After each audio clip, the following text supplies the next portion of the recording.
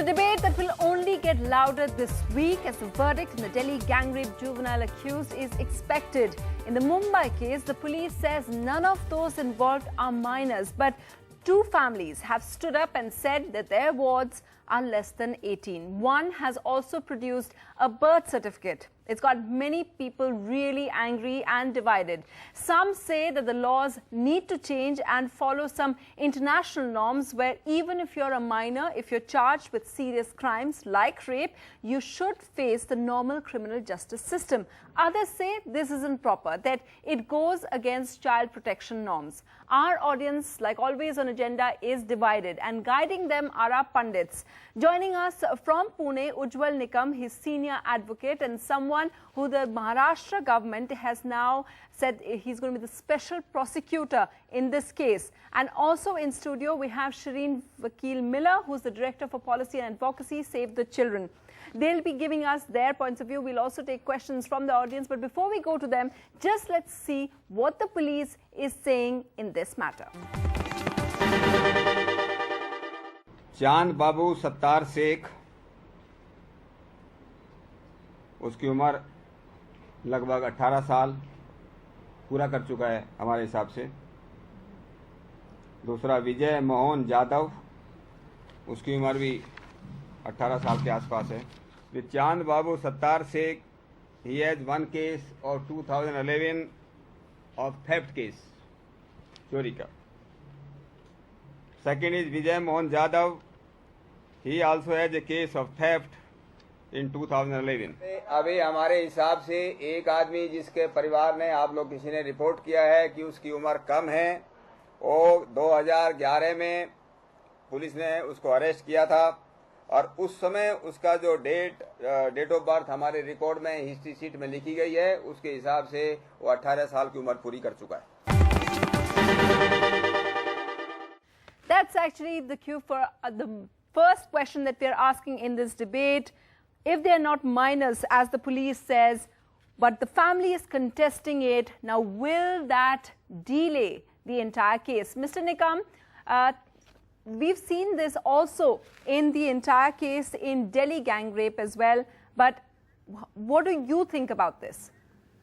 See, let me make it very clear at the outset that I don't like to make any comment on the pending investigation case as such.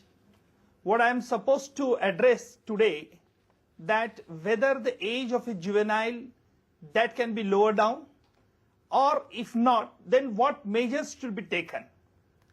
Now, so far as it is now settled law, if any accused is juvenile, that is below the age of 18 years, then certainly his case cannot be tried in the court of law, but it can be tried by the juvenile board. Now, according to the Indian Juvenile Justice Act, which is in parallel with the international norm, the age of juvenile, so far as the young boy is concerned, is about the 18 years, the girl is concerned about the 16 years.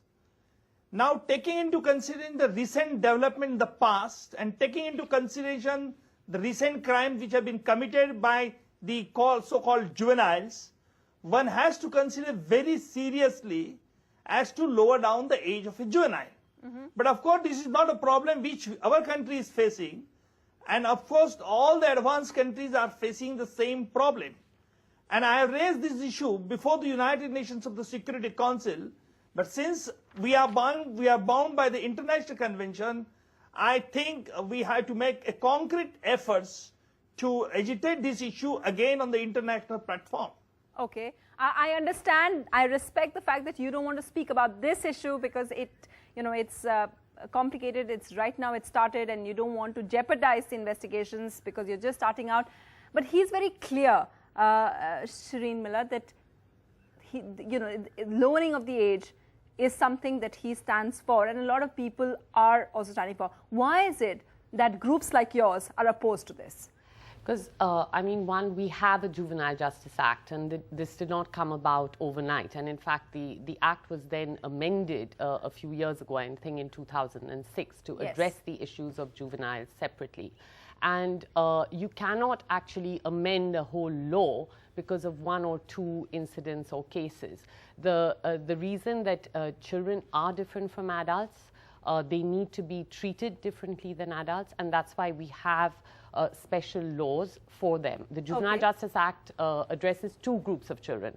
One who are in conflict with the law and one in special need of care and protection.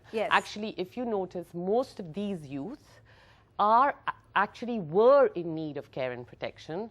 They were from very poor homes, homes which had either did not have parents or fathers. And neglected. Absolutely. The boy in the Nirbhaya case, he came here on the street and we did not provide for him. So the society in a way and the state fails these children. Well,